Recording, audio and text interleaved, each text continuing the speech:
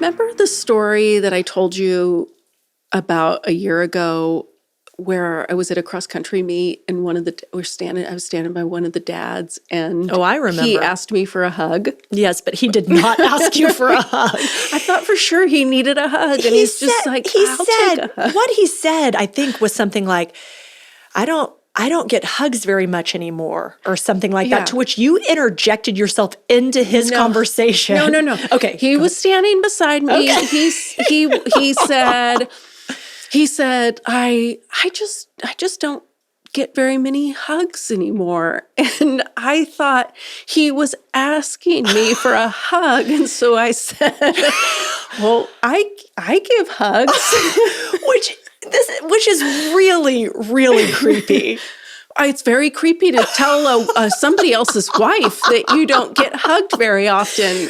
And just so that everyone fully understands, his daughter had finished a race and given him a hug. And his response was, man, I don't get many hugs anymore. From his teenage daughter. From his teenage daughter. That's all he meant. That's all he meant. But I do give hugs if in need. Oh my so that gosh. was last cross-country season. Right? That poor man. This poor man. Poor me. Poor me. So this cross-country season, me and this dad, we're standing around chit-chatting between races, and I'm surprised he even chats with you anymore. But go ahead. Listen, everybody likes me. That's true. It's true. So we're just standing around chit-chatting, and I don't even know what we're talking about, but up comes a man and a woman, and they know this guy, but they go to a different school. And I think that this other gentleman, let's call him Frank. We're just going to name him. Frank. Because I don't remember. I was introduced to him, but I don't remember. Yeah. He knows my friend, cross-country dad. I've heard this story before. They went to college together. Okay, so he knew, that's what I thought, is they knew each other from way back when. And so it's two couples are standing there, essentially, Frank and his wife and me and cross-country dad. And so introductions are going around, and since I'm standing there, I'm like, I'm Heather. And my goodness. And cross-country dad's like, but she's not my wife. And I'm like, no, I'm not. I wasn't trying to be. But I do give hugs. Poor Frank. I felt bad for cross-country dad and for you, but now for Frank too. And Frank was like, oh, okay. Like very awkward. Very, very awkward. Oh, the best part of this I whole... still I think about that, and I just laugh to myself. What's funny is you told me the story, but I saw cross-country dad at a convenience, a Quick Trip, at Quick Trip one day, and he's like, oh my gosh, I've got to tell you this story. He was mortified yet again, so... Yeah, well... It's all right. We'll see each other again coming up here in track season. Next season. Well, maybe we should tell our friends who we are. Oh, yeah, that's true. Okay. I'm Heather. This is Jamie. This is the podcast Life in Motion, where we talk about all things life, the ups and the downs, and kids and husbands and cross-country dad, all the things. Yeah. So what would you like to talk about specifically today? Surely we're not going to keep talking about cross-country dad. No. Okay. So we talked about what we were calling this season, where we're at this chapter in our life. Right. So as we circle back around to that, my chapter is I'm still young because I'm getting ready to have a big milestone a year from now. Yeah. In fact, my real birthday is in just a couple of days. Yeah. And so I am preparing in advance for my 50th birthday. Okay. I'm like, I'm getting ready for this decade because I'm not going into it old and worn out and ready to retire. I'm going in it. Yeah. I'm going into 50s stronger than ever, wanting to be the best self that I can be, that God has made me to be. That's fantastic. So anyway, I have been seeing a counselor because I recognize that there are some imperfections, some flaws, a few things. That's shocking. I know, it's hard to believe, but there are a few things. You're practically perfect. Okay. And I'm telling a story. About... In counseling? Yeah. Okay. Oh, one of my kids, and something that they had done, I'd asked them to do a simple task, and they totally botched it. Just completely didn't even do it, which is a reoccurring subject in our house with several of my kids. So it's not just one that does this, but several of my kids. I'll ask them to load the dishwasher. I'll do that when I'm ready or whatever. So this meme is personal to you because Whit sent our friend text a meme not too long ago, and I thought it was funny, but it's really personal to you. It was where the mom says, "If you don't clean this room immediately, so help me, I will go in there and clean it myself." Yeah, he was sending me a message. Because the kids botch up and I come back and clean it all up. So one of my children had completely failed to do a simple task that I asked them to do. And so I had to come back through and be like, come on, let's do. And then I got distracted and didn't do any consequences for not doing that task. Heather, are you an enabler? As I'm telling the story to my counselor, she's like, "Oh, well, that just sounds like classic enabling." And I'm like, I know, but I know, but if they don't do it, then what's going to happen? And I have to have it done. And so, so we talked through all of what that means. But she shared this fascinating. You have a hair in your mouth. She shared this fascinating. I'm very uncomfortable right now because I right now we're in the counseling appointment. Just like right now because I just realized I'm touching my face. I'm rehashing this whole. I thought you were remembering in the counseling, but no, right now as you're sharing now, I realize with the millions of listeners. I'm very fidgety. Yeah. Take a deep breath. Rehashing all of this. Everything's fine.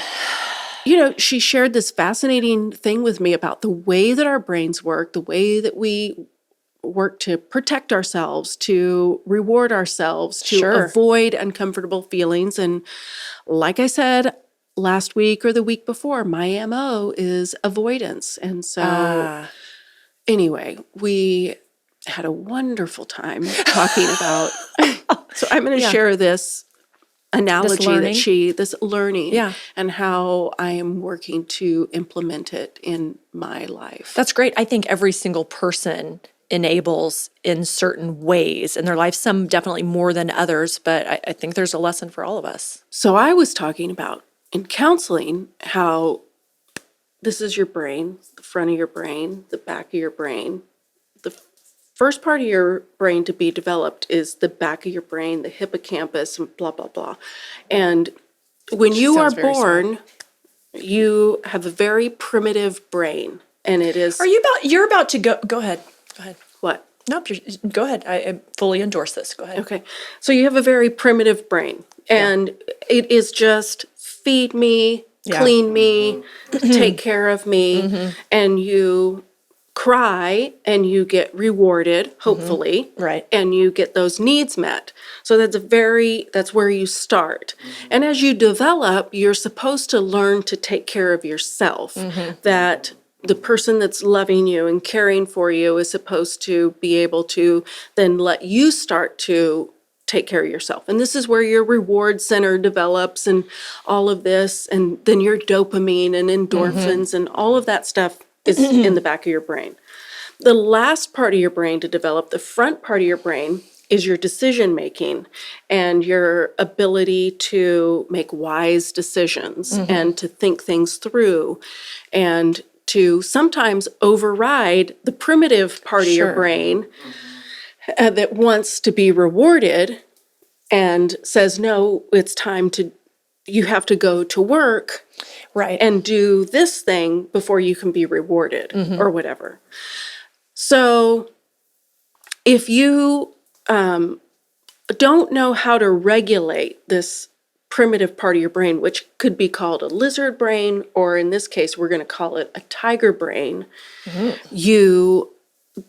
every time that you are feeling bad or you're having some sort of emotion that's saying, feed me, take care of me, whatever, that primitive part of yourself that wants to be rewarded or taken care of, the tiger is awake and prowling around, and it's looking for a reward, which scares away the owl that is in the front part of your brain. So you've got to, if you want to be able to think and make wise decisions and have that owl active in the front part of your brain, you've got to get the tiger to lay down and be quiet and not be seeking rewards or How do you make the tiger lay down? mindfulness. Oh, interesting. Because it's so primitive that you want to reward yourself, like, oh, I got to make myself happy. I've got to, that you. So that would be similar to in my life, in my world of like depression or anxiety. It's the similar, it's similar to that in that like my counselor will say, you have to have the ability to change the channel. Same thing, like, so the tiger is saying, you know, pay attention to these feelings, which are real, and the feelings are real and should be felt and should be expressed, and then you determine what you're going to do with them from there.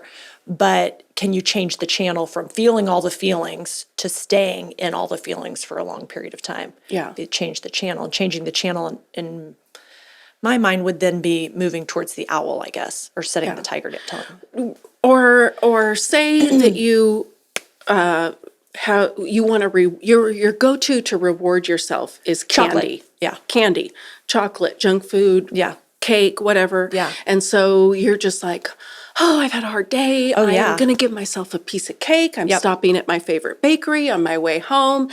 But you know that this is not good for you. Right. You've determined, I want to lose 20 pounds. My Right. jeans are too tight.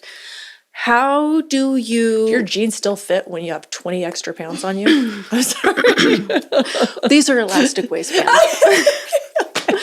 So how do you get the tiger that's saying, stop at the bakery, stop at the Yeah. bakery, stop at the bakery, you deserve a reward, to be quiet long enough? How that do you? The owl can say, all unpleasant emotions, they've mapped it, last 90 seconds. It's fascinating, isn't it? Yes, it Yes. is. That they have an ending. They have an ending. Uh-huh. Like if you can ride out that 90 seconds, you can get that Wow. tiger to lay down and the owl will come back and you can say to yourself, I really want a piece of cake. I know I've had a hard day.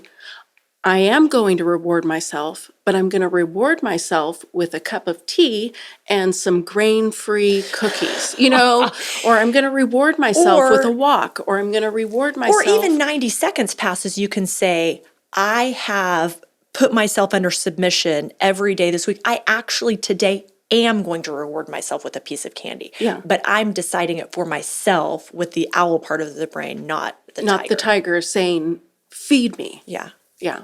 Because it'd be sad if you never got to have candy. It would be sad. It'd be sad. I've got a peanut butter cup in my bag right now, just waiting waiting for the for- perfect moment to say, you deserve this.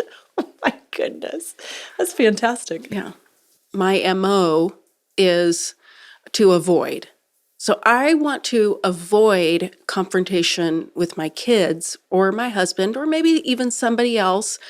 And so that's where my tiger comes in, you know, like avoid this Yeah. conflict at all cost. Keep the peace in the home, because if you lay down the law here, it is not going to be fun for you, because you're going to have to enforce that and probably come up against conflict several times Right. over and over and over again as you enforce a rule that you have, like, okay, no screens after 8 Oh, and p.m. it's exhausting. It's exhausting. It's like, but Mom, I'm in the middle of a tournament and Right. whatever. Or Fine, finish I'm your watching tournament." this. I'm watching this movie and it'll be done at 9:30. And all right, fine, no big deal. But I know what is best for you is that we turn off those electronics at 8:00. That we can get those electronics shut down. You're going to have a better night's sleep. You're going to have a better day at school. Yeah. But I have to go through the hard part of facing that conflict Yeah. for your good and mine. Yeah. That I have to. So to get the tiger to lay down is taking a pause of recognizing the uncomfortable feelings that are shouting at me of, oh, just let him get away with it. It's no big deal. This will be fine. But it's only 90 seconds. It's a 90-second pause. 90-second pause. And so you think to yourself, okay, I'm taking 90 seconds. I'm breathing in. Yeah. I'm breathing out. What does it feel like when I breathe in? What does it feel like when I breathe out? Yeah. What does it feel like, as I'm sitting in this chair? How do my arms feel? How do my legs feel? And you're taking 90 seconds to completely break away from the uncomfortable feelings, letting the owl come back in and then say, okay, I know I need to enforce this rule that I have made. And that my husband and I have both agreed upon that we've made, and now I'm going to enforce it. So how do I have a conversation with my children about turning off electronics at 8 p.m. that will be peaceful? Sure. And I can keep my cool and maintain the peace of the house is what I want. And I want them to grow and develop into healthy young adults. Yeah. So how are you going to do that?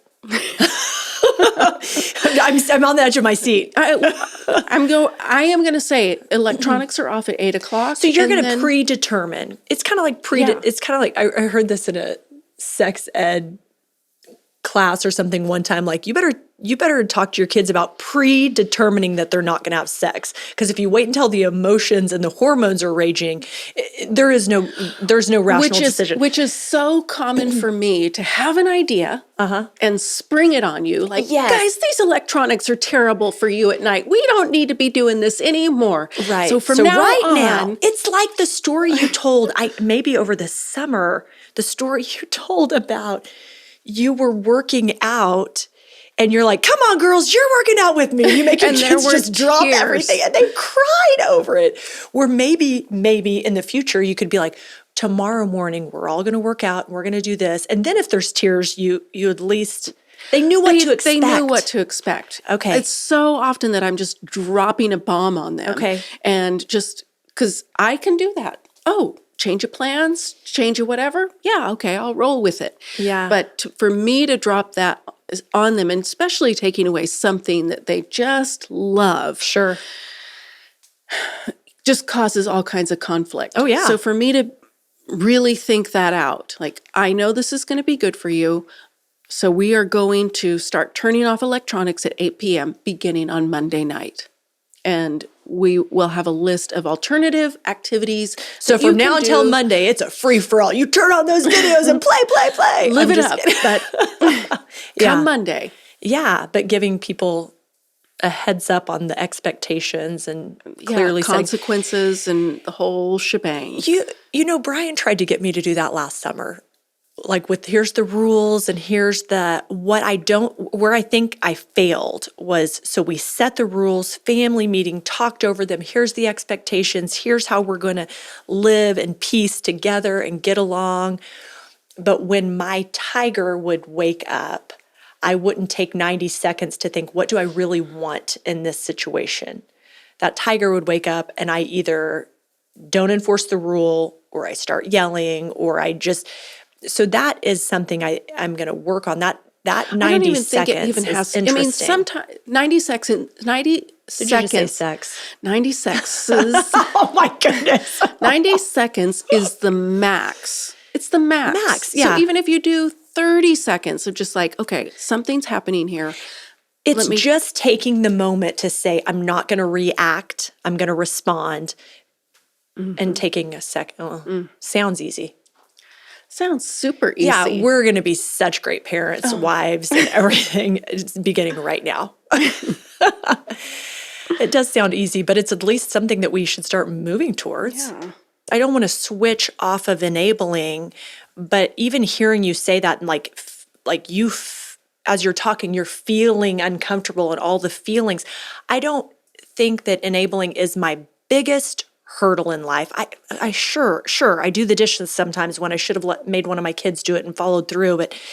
But what I'm feeling and what happens in my body, that resonates with me, Heather, just with my mental health, just with depression or anxiety, or like I can feel things shifting and being uncomfortable. So maybe if I enable, maybe I would say I enable myself more than other people. Like I can have a certain uncomfortable emotion and shut everyone else out, which allows me to stay stuck in that emotion.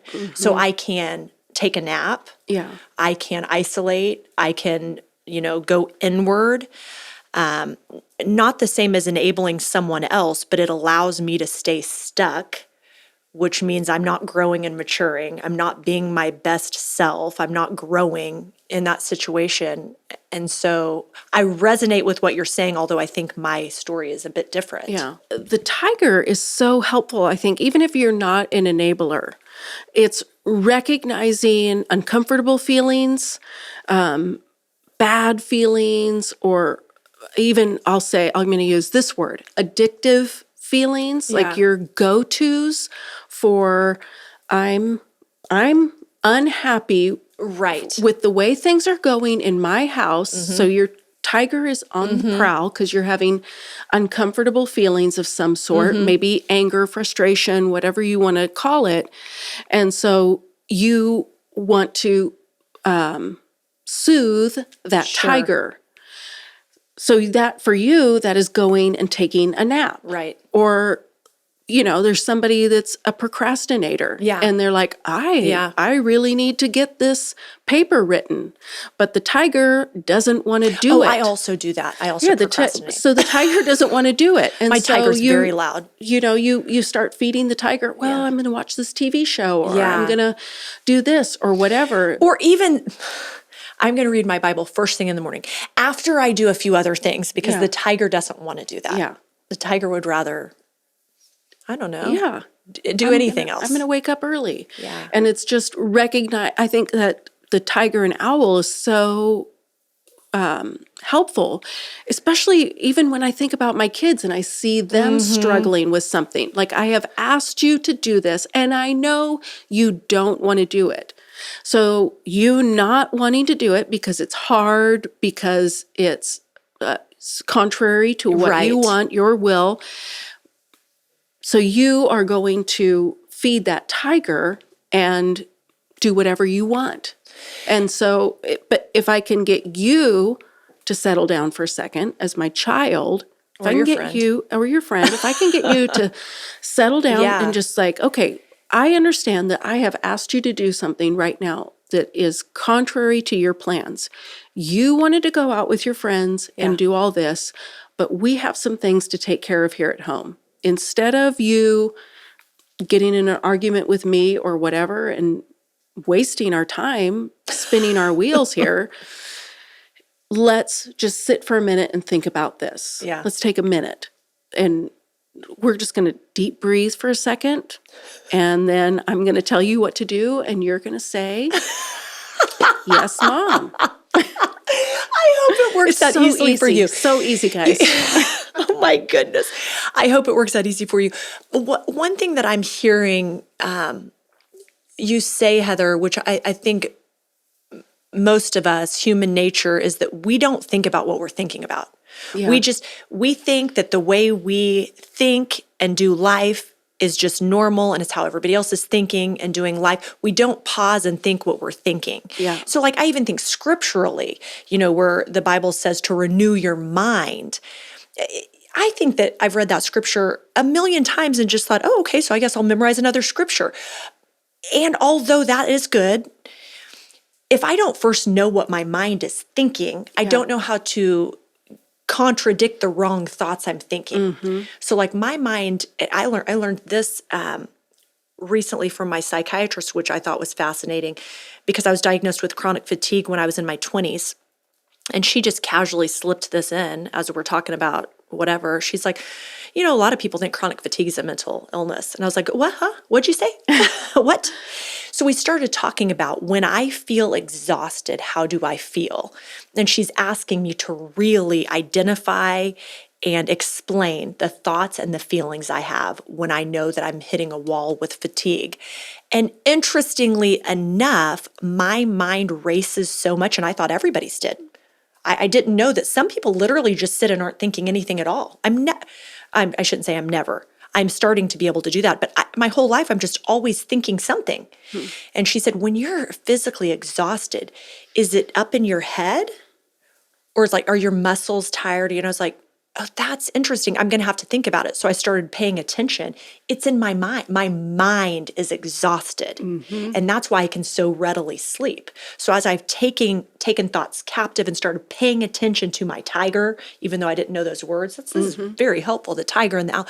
As I pay attention to what I'm thinking, and I can turn the channel and go, I'm not going to stay stuck here. I'm going to renew my mind in this area, or I'm going to let the owl wake up so I can make a better decision. My mind isn't racing so much anymore, and I'm hardly taking any naps. Yeah. I think that like everything you're saying is so helpful and so fascinating.